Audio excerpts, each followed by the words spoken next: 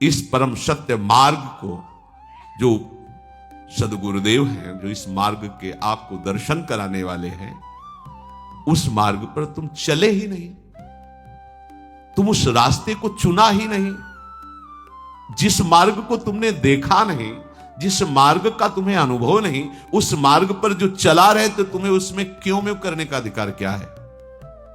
तुम कैसे उस मार्ग पर चल सकते हो जिसको जाना ही नहीं है? तो जानने वाले, जनाने वाले मार्गदर्शक गुरुदेव जो तुम्हें जैसा ठीक समझ रहे हैं वो मार्ग दे रहे हैं, तुम उस पर नहीं चलोगे तो फिर उल्टा चलने पर तो ऐसा ही होगा। मार्गदर्शक को अनभिज्ञ यात्री अपना सुझाव ना दे। मार्गदर्शक को मार्ग का न समझने वाला यात्री अपना सुझाव न दे कि अगर इधर से घूम के चला जाए तो कैसा रहेगा, अगर ऐसे चला जाए तो, वो जैसा बोल रहे वैसा चलो, अब जो ही कहां करें हम सोई, आयस लिए चले निज दासी। उपासक में सबसे बड़ी दुर्बलता होती है कि वो अपने अभिमान को नहीं छाड़ पाता और वो अपने पथ प्रदर्शक गुरु को भी मार्ग बताने लगता है। आप जो ये कर रहे हैं ना, ऐसा, अगर इसको ऐसा कर लिया जाए तो ठीक रहेगा। जब गुरुदेव देखते हैं कि ये तो हमको ही साधन बताने लगा, तो फिर वो पक्षपात दिखाई देने लगता है गुरुदेव के व्यवहार में। अलग दो आओ इधर, फिर उससे बात, क्योंकि वो अधिकारी नहीं है, वो नहीं समझ पाएगा। तो जो समझ रहे हैं उनको अलग बुला, तो उसको लगता है हमें तो छोड़ दिया जाए, हमारे को नहीं, तुम उस बात को नहीं समझ पाओगे क्योंकि तुम्हारे अंदर क्यों म्यों करने वाली बुद्धि है। वो सोचता है कि अमुक के साथ इतना प्रेम गुरुदेव कर रहे हैं, हमारे साथ क्यों नहीं करते। वो अपने पथ प्रदर्शक गुरु पर दोष दर्शन करने लगता है और साधक जहां ये दोष आया, बस उसका अहंकार उसे नष्ट कर देता है, अहंकार नष्ट कर देता है। पथ प्रदर्शक के प्रति समर्पण सबसे बड़ा साधन है। ये वेद वाक्य है। बिना श्रद्धा के परमार्थ में एक कदम भी नहीं चला जा सकता। श्रद्धा और अपनी समझ, ये दोनों अलग अलग मार्ग हैं। श्रद्धा और अपनी समझ, ये दोनों अलग अलग मार्ग हैं। जहां अपनी समझ श्रद्धा में मिलाई गई वहां साधना नष्ट हो जाती है। अपनी समझ के ऊपर जहां श्रद्धा का शासन हुआ वहां साधना बन जाती है। समर्पणमयी अभिमान रहित श्रद्धा, समर्पणमयी बुद्धि में कभी सुधार करने की इच्छा नहीं होती कि गुरुजी ने जो कहा उसका हम सुधार, गुरुजी ने कहा ये लाइन ऐसे, इसमें अगर इस लाइन में सुधार हो जाए ना तो अच्छा रहेगा। ये बुद्धि की चतुरता है जो गुरु के शब्दों में सुधार करना चाहती है। मिलावट कि इसको इतना सरल करके ऐसे ले लिया जाए तो ठीक रहेगा। हमें लगता है कि हम यहां जुड़ करके अच्छा नहीं किया और साधक भयंकर दोष दर्शन करके उनकी निंदा करने लगता है।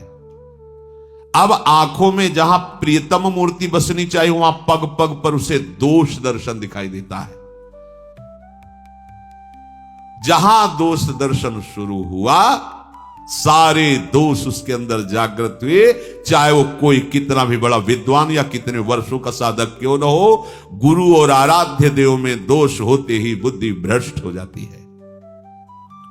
वहां उसको ये दिखाई देने लगता है कि गुरुदेव ने बड़ी भूल की जो ये बात कही, या ऐसा नहीं है, ऐसा नहीं करना चाहिए, ऐसा सिद्धांत नहीं है। गुरु को भूल हो गई ऐसा वो सोचता है। गुरु को पूरा ज्ञान नहीं है, वो ऐसा सोचता है। इन्होंने ये ऐसा क्यों नहीं कहा, इन्होंने ऐसा क्यों नहीं किया, वो इसकी मीमांसा करने लगता है, अपने को बड़ा ज्ञानी समझने लगता है। उसकी बुद्धि कभी पहुंच ही नहीं सकती गुरुदेव तक। देखो हम तुम्हें बताएं कौन कैसा संत है, इस बात को या तो भगवान जानते हैं या वो केवल स्वयं संत जानता है, दूसरा कोई तौल नहीं सकता। पूज्य भाई जी महाराज देखो, हमारी तुम्हारी बुद्धि ऐसी है जैसे ईंट पत्थर को तौलने वाला बड़ा कांटा, उसमें हीरा नहीं तौले जाते। हीरा तौलने का तराजू अलग होता है, ये ईंट पत्थर तोलने वाला तराजू हीरा नहीं तोल सकता, ऐसे ही प्राकृतिक भोगों का चिंतन कराने वाली बुद्धि ये महापुरुषों को नहीं तोल सकती कि है क्या। जिसकी बुद्धि संसार में थोड़ी भी सुख बुद्धि रखती है, जिसका जीवन प्रपंच में थोड़ा भी सना हुआ है, वो संत की महिमा को नहीं तोल सकती। देखो वहां वर्णन करते हैं, तात स्वर्ग अपवर्ग सुख धरी तुला एकंग, तूल नता सकल मिल जो सुख लव सत्संग। ये बुद्धि संतों की महिमा को नहीं तोल सकती। इसलिए आपसे निवेदन है कि आप जिनका अनुसरण कर रहे हैं, जिनको पथ प्रदर्शक माना है, जिनको गुरुदेव के पद पर आपने विराजमान किया है, उनके प्रति पूर्ण समर्पण का भाव रखो। उन्हें मार्ग बताने की चेष्टा मत करो, उन्हें सलाह देने की चेष्टा मत करो। आपके लिए जो निर्धारित कर रहे हैं वही भगवत प्राप्ति का हेतु बनेगा। भेद बुद्धि, दोष बुद्धि, पाप बुद्धि है, इससे साधन नहीं बनता है। साधक अपने लक्ष्य पर दृढ़ रहे। देखो, एक है मधुमेह का रोगी, शुगर, और वो मीठा उसको बहुत प्रिय होता है। वो कहेगा अपने वैद्य से कि आप जो है मुझे मिश्री का सेवन बताइए, क्योंकि कल जब हम आए थे आपके पास तो आप एक मरीज को कह रहे थे खूब मिश्री खाइए आप ठीक हो जाएंगे। वो था पित्त का रोगी। पित्त बढ़ा हो, मिश्री खाओ तो कड़वी लगेगी पर वही समन कर देगी। तो जो कल आपने उसको उपदेश दिया था वही हमें दीजिए। तो मधुमेह वाले को मिश्री खाने से हानि हो जाएगी और पित्त वाले को मिश्री खाने से लाभ हो जाएगी। तो वैद्य से कहे कल जब हम आए थे तो आप एक को कह रहे थे कि आप मिश्री अच्छी मात्रा में सेवन कीजिए आप ठीक हो, तो मेरे को क्यों रोक रहे हो, ये पक्षपात क्यों कर रहे हो। ऐसे उपासक जो है अपने गुरुजनों पर दोष दर्शन करने लगता है। साधक को जब भ्रम हो जाता है तो सदगुरुदेव के प्रति दोष बुद्धि हो जाती है।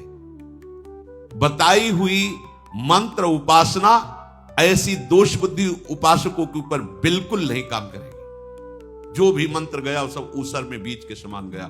तो गुरु के द्वारा दी हुई मंत्र उपासना व्यर्थ हो गई, क्योंकि उसकी श्रद्धा दोष में है, दोष युक्त हो गई। अब वो बात बात में तर्क करेगा, गुरु की एक एक चेष्टा की निंदा करेगा। भले वो निर्दोष है पर उसकी एक एक चेष्टा दोष युक्त होगी। वो ये नहीं मानता कि मेरी भूल होती जा रही, मैं गलत मार्ग में जा रहा हूं, ओहे या गलत हो रहा है। कुछ भी करे उसका रास्ता बंद, क्योंकि वो संदेह के मार्ग पर चल पड़ा। इसलिए साधक बहुत आवश्यक बात यह है कि अपने पथ प्रदर्शक की आज्ञा का श्रद्धा पूर्वक पालन करें। अपनी बताई हुई गुरुदेव की साधना पद्धति से ही चले। दूसरा कोई कितनी बड़ी साधना बता दे आकर उसकी ओर देखे भी नहीं, चलने की तो बात जाने दो। स्वधर्मे निधनम श्रेय परधर्मो भयावहा। गुरु प्रदत्त उपासना ही तुम्हें भगवत प्राप्ति कराएगी, दूसरी की सलाह नहीं। जिसके लिए सदगुरुदेव ने जो साधन निश्चित किया है वो साधन ही भगवत प्राप्ति का स्वरूप हो जाएगा। मान लो वचन, श्रद्धा पूर्वक संलग्न रहो। दूसरा साधक खूब अच्छा साधन करता है और आपको दिखाता है कि मैं बहुत आनंदित हूं, आओ हमारे साधन को स्वीकार कर लो, छोड़ो अपने गुरु की साधना। इस भावना को अंदर जाने भी मत देना। उसे अपने साधन में बहुत बड़ा विघ्न समझना। ऐसे साधक को, ऐसे मित्र उपासक को जो आपको अपनी गुरु उपासना, गुरु मंत्र, गुरु भावना से विलग कर रहा है, देखो ना हम लोग तो बहुत आनंदित, छोड़ो और आओ इस आनंद। बिल्कुल नहीं। अगर आपको अपने गुरु प्रदत्त साधना पर संदेह है तो भगवान की कोई भी प्रसन्नता की बात अर्थात भगवत मार्ग आप स्वीकार ही नहीं कर पाएंगे। गुरु समर्पण। एक बार समर्थ स्वामी श्री रामदास जी के जीवन की घटना की बात है। उनके यहां शिष्यों की बड़ी भीड़ लग गई, शिष्य ही शिष्य।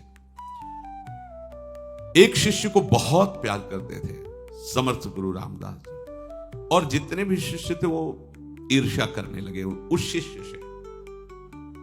समर्थ गुरु ने सबकी दृष्टि को देखा और उनको भी समर्थ गुरु रामदास जी पर बस एक को ही प्यार करते हैं, हम सब इतने लोग हैं, हम लोगों को तो वैसा प्यार नहीं करते हैं। सब लोग समर्थ गुरु के शिष्य हैं, भक्त हैं, सबको ठसक है इस बात की। होड़ लगी हुई है सेवा की कि मैं सबसे ज्यादा सेवा करने वाला सेवक बनूं। गुरु जी हमको सबसे ज्यादा प्यार करें, सम्मान दें।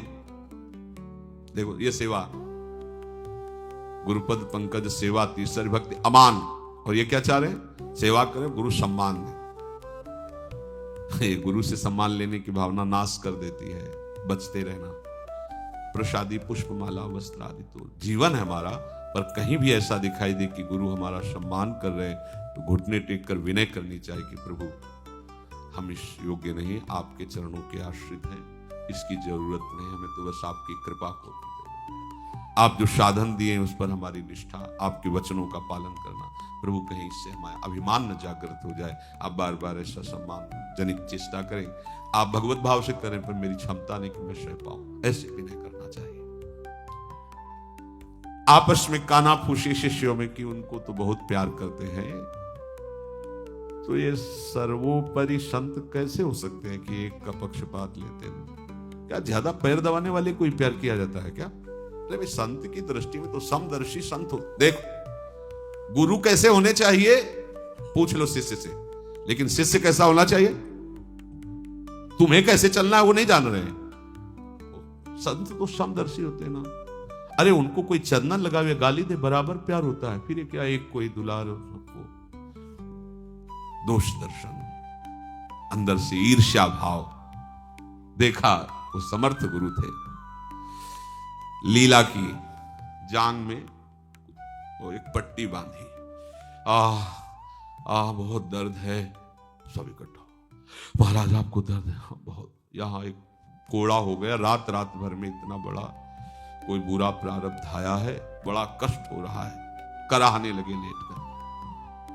और वो सेवक शिष्यों की भीड़ आसपास जमा हो गई।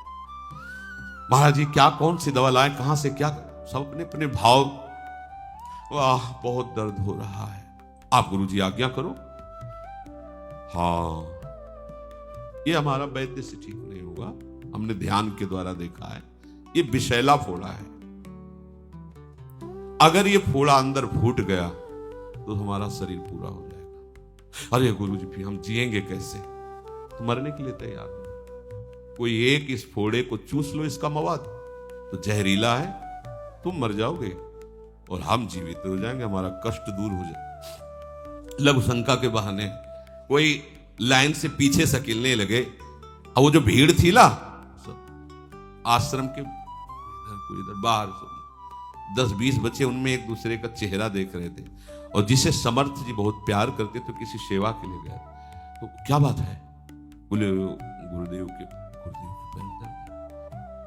भागा। तो अरे आप लोग क्या कहें? और गुरुदेव ने कहा कि उसमें विषैला फोड़ा है, जो उसका मवाद चूस लेगा वो मर जाएगा और उनका पीड़ा नष्ट हो जाएगा, वो स्वस्थ हो जाएगा। अरे तो भाग के गया। गुरुदेव बोले पहले रुको, सुन लो, 2-4 जो रह गए, 2-4, वो भीड़ तो खत्म थी इतनी बात से, जो 2-4 रह गए तो उनसे कहा कि देखो बहुत जहरीला मवाद है ये, जो ही तुम इसको अपने मुख में लोगे, चूसोगे, तो हमको तो आराम मिलेगा और हम बच जाएंगे, तुम मर जाओगे।